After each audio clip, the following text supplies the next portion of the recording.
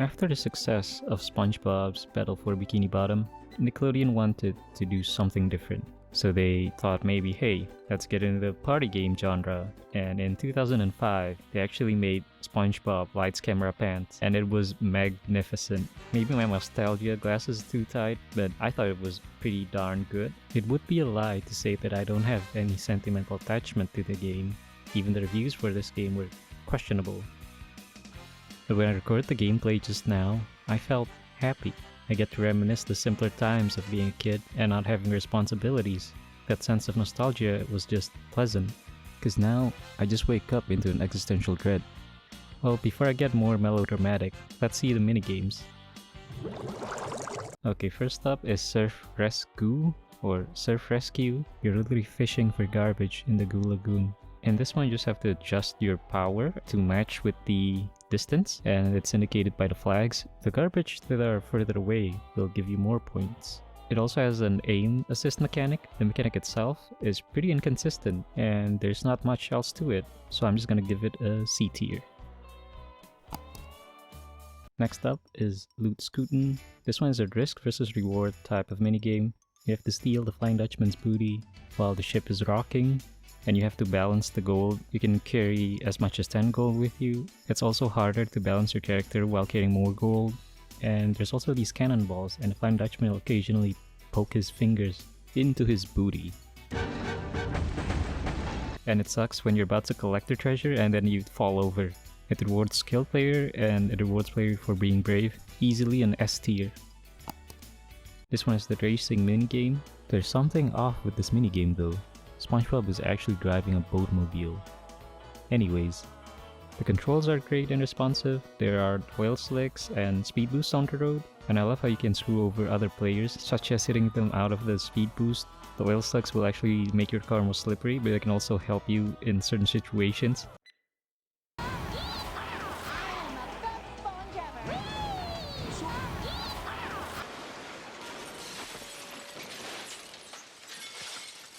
You also race on 3 different tracks, so there's a bit of a variety.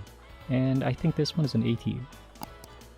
Okay, this one is Breakin Out. This one you have to collect prisoners, but I don't know why are they so small. Are these kids? I'm not really sure.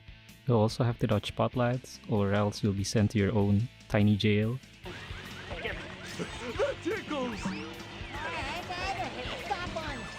Outside the prison. And I think it's really funny, you're about to get caught and these kids started running away and back into the prison.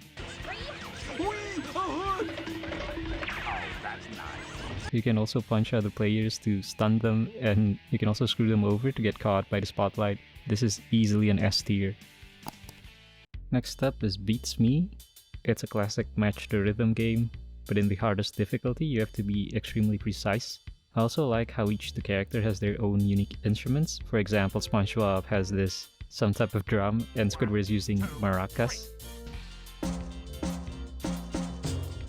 I was thinking for this to be a B tier, but with the unique instruments, I think it's a part of the charm, and I'm just gonna bump this up into an A tier. Alright, Jellyfish Swish. You just have to hold X to go deeper, and there's different colored jellyfishes. Like the pink ones give you 3 points, the blue ones give you 2, and the orange gives you 1.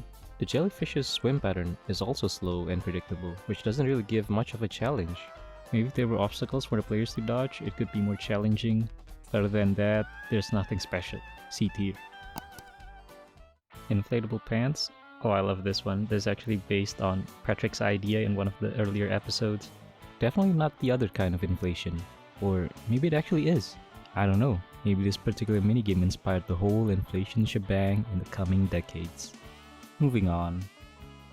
You gotta tap X rapidly to inflate your pants. Intentionally clunky controls, it's fun. If you go through the net first, you'll earn bigger points. Most of the time you'll find yourself to be neck and neck with the other players, but the secret is actually to deflate yourself when you're crossing the net to get ahead of everyone else. S tier because no one else knew about the secret back in the day. Also, Squidward is wearing pants. Rock Bottom. Oh, this has to be an S+ tier. It's a Guitar Hero-esque minigame that each character has their own unique instruments, and their parts are actually reflected in the in-game music. For example, if you replace Squidward and Sandy with Mr. Krabs and Plankton, their respective parts will be replaced. So just take a listen.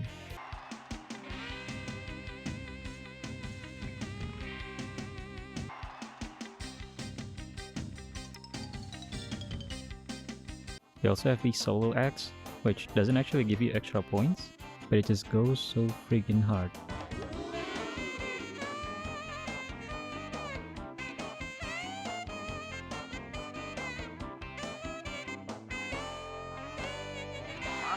And also Squidward is playing a clarinet, but it sounds like a saxophone, so what's up with that? But still, S+ tier.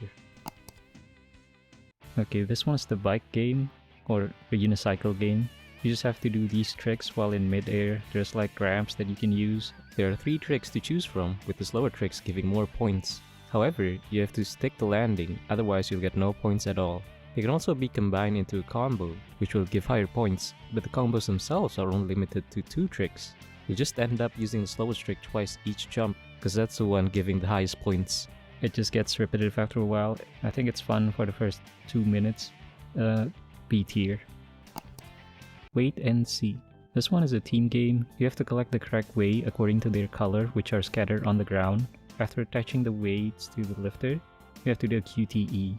The QTE gets progressively harder depending on the weight's color, and both players has to hit the QTE correctly. If you fail the QTE, you have to do everything all over again. You have to reattach the weights and then do the QTE again. It's a fun team game, A tier, but it depends on your partner. The bouncers. This one's actually pretty simple. You just have a designated tile for you to bounce the items, and this is actually pretty teamwork heavy, so you just have to focus on where the item will bounce. You just have to be ready when the item is about to bounce on your tile, but you also have to help your friend. You have to alert them if they're not aware, so you just have to watch each other's back. You also switch places with each other after each minute, which may disorient you. And each minute, the items just get faster, which may also cause further tension.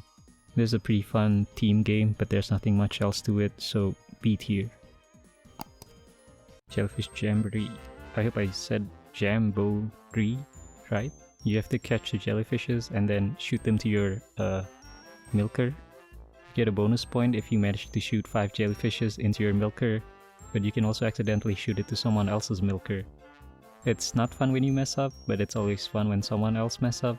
But back then, I used to shoot it to my friend's milker, because I was just too good at the game, and I didn't want him to stop playing with me. Damn. B tier. Rubble Rabble. Was a schnitzel. For this one, you just have to smash rocks and prevent them from clogging up the middle of the machine. There's like 2 types of rocks, and there's different sizes of rocks.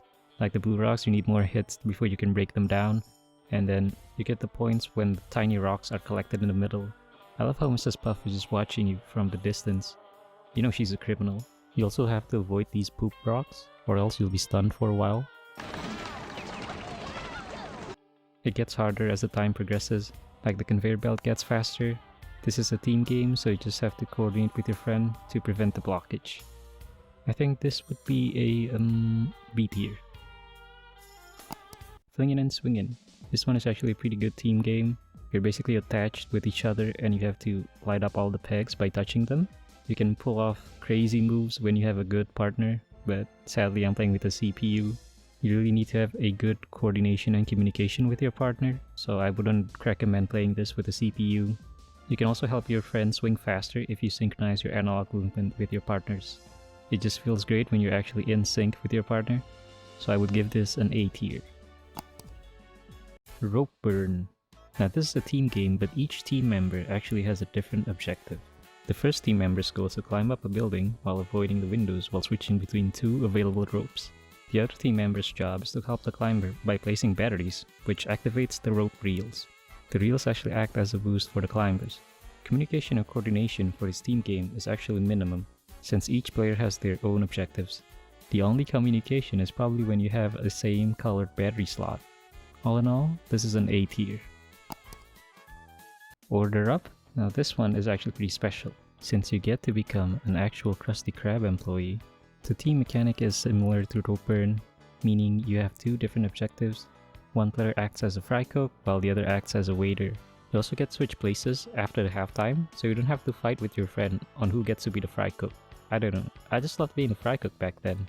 Maybe because I was such a big Spongebob fan. But then again, you get to work at the Krusty Krab. So for that, I'm gonna give it an S tier. Machine Meltdown. Now this might actually be an unpopular opinion, but I think this is actually the best team game. You really have to work closely with your partner, since you have to prioritize which machines are to be fixed. And there's this power generator where it breaks from time to time, but it also powers all your other machines. So it's best to prioritize the power generator over everything else. But if you fail to do so, everything will just shut down, including the lights. Meltdown! Team 1, repair your generator immediately. Team 2, Karen is just yelling, and then machines are breaking left and right, and then when the light goes out, there's just this sense of panic. And working in a team while under pressure is actually very fun. It's actually a perfect environment in fostering teamwork, so I'm gonna give this an S tier. So this is the kite game, where one person on the team becomes a kite. I mean, SpongeBob literally becomes a kite, but the other characters just attach themselves to a kite. The players on the kite will have to collect the flying clams, and then you have to throw them to the ground, while the person on the ground has to collect them. But here's the catch. The player on the ground can steal the other team's clams. You're going to need a good coordination with your teammate, so your clams won't get stolen. I think overall this is an A tier, since you can easily sabotage the other team. Goo-Ladiators. It's basically a sumo type game where you push the other players out. You use this laser gun or goo gun, I'm not really sure. You can charge your attack to get a more powerful push. Then you'll be at risk of being attacked by the spam attacks. The strategy is either you use your charge attack or just spam it. The most aggressive player usually wins. You also get to focus that one friend who borrowed $5 from you and never returned it. A tier. Surface tension. You're popping bubbles in the chum bucket. There are different types of bubbles, so you want to go for the ones that give you the highest points. The rebubble will sometimes spawn and it'll give you huge points if you manage to pop them. Also, you need to watch out for the bubbles that will actually attack you, like the cloud bubble or the giant hand bubble. But what's really fun about this game is you can actually push other players into the hole. You can push them by using the charge attack, and afterwards they'll be trapped in a bubble. And if you pop that bubble, it'll give you 50 points, which is decent. Since you can screw over other players so easily, I'm just gonna give this an A tier. Charge, with an exclamation mark. I feel this one might be the least exciting. You just have to charge yourself at the charging station, and then touch the pegs to get more points. You get bonus points if you manage to make a triangle, but then going back and forth to the charging station just feels like a chore. There's not much pizzazz, so I'm just gonna give this a C tier. It's such a shame though, I really like the background music. It's even got that spooky Scooby-Doo vibe.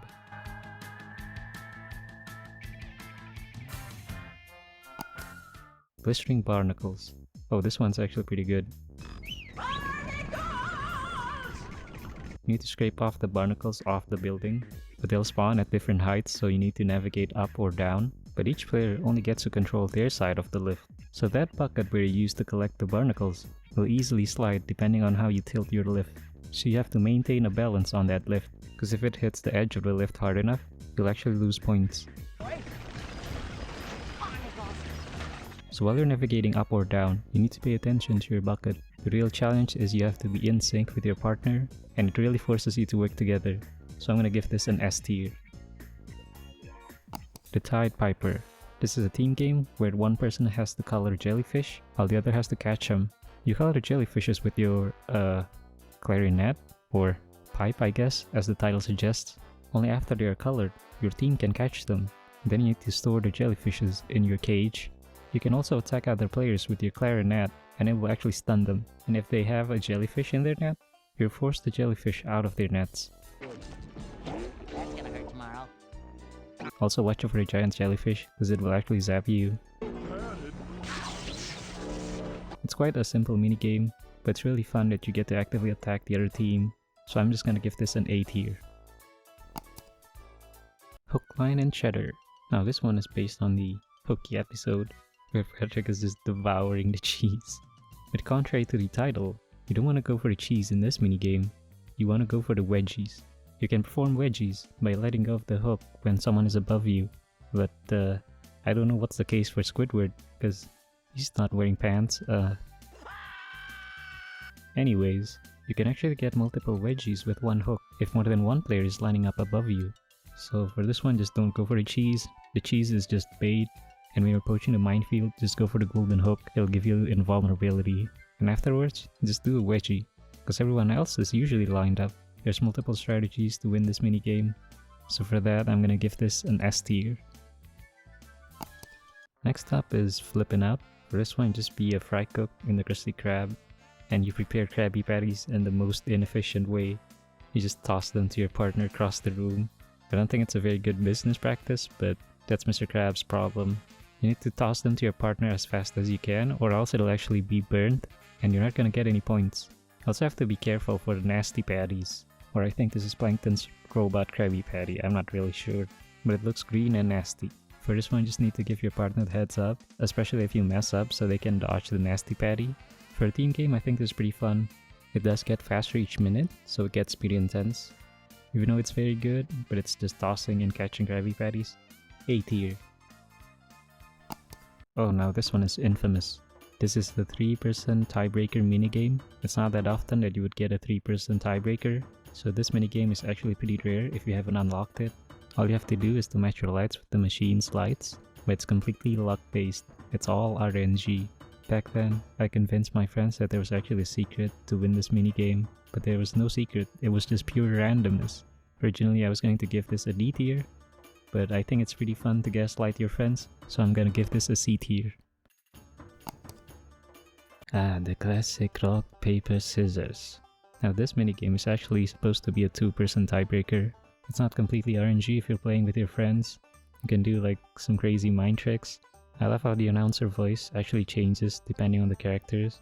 Like for this round, Mr. Krabs will be the announcer. 3, 2, 1. And for the other round, Spongebob would be the announcer. 3, 2, 1. I think it's a pretty fun detail, so I'm just gonna give this a B tier. Alright, next is Seahorse Stampede. Even though the description says Seahorse Polo, it's actually just football or soccer. I think it's even better than FIFA. The controls are actually pretty great, they're pretty responsive, but I think it's too easy to steal the ball from your opponent. They should make it harder. Plus, the goalkeeper's face is just goofy as heck. Like, look at that. Just for the goalkeeper's face, I'm gonna give this an A tier. Mother of Pearl! So this one is a 4-man Pong basically. The giant clam is just shooting out its pearls. Even though I think the episode it's referencing, the pearl is the giant clam's baby. So I guess the giant clam is just shooting its babies out. The giant clam is actually able to move, and it gets pretty annoying when it's in front of your goal. And also the map is not flat, it's kind of a conical shape. So sometimes the pearl just curves when it doesn't have enough speed, even though it seems just like Pong. But I'm gonna give this an A tier, because it actually gets pretty intense, especially during the multi-ball event. And last but not least, Jig on the Brig. All you have to do in this one is just to memorize and repeat the button sequences. I love how your character would just stand still if you failed the sequence. Meanwhile, everyone else is having fun dancing. Then you failed, so you don't get to have fun. Later on, it would get harder as the tempo gets faster. And in the hardest difficulty, you have to be extremely precise. And also, Squilliam is just speaking Simlish. Like every other side character is just speaking normally. Then Squilliam just has a speech impediment. Like even Old Man Jenkins is just speaking normally. Now I get that the developers didn't want the dance names to be repetitive when you're replaying the minigame, but I just like to think that Squilliam has a speech impediment. This has to be an A tier. So I guess that's it for the tier list. So let's look at our abomination. This tier list is definitely biased. I would recommend for you to revisit Lights Camera Pants with your friends, or if you never played it before, give it a try, because I think the gameplay holds up. In the end, the nostalgia isn't just about the game, it's about having fun with the people you love. A fun party game doesn't necessarily have to be SpongeBob themed. There were tons of party games back in that era. but it being a SpongeBob game made it easier for me to connect with my friends. Because back then, SpongeBob was probably the most popular cartoon. I'm absolutely glad I've shared these memories with them, and I hope you have your own unique nostalgia with lights, camera, pans. Rest easy, friend.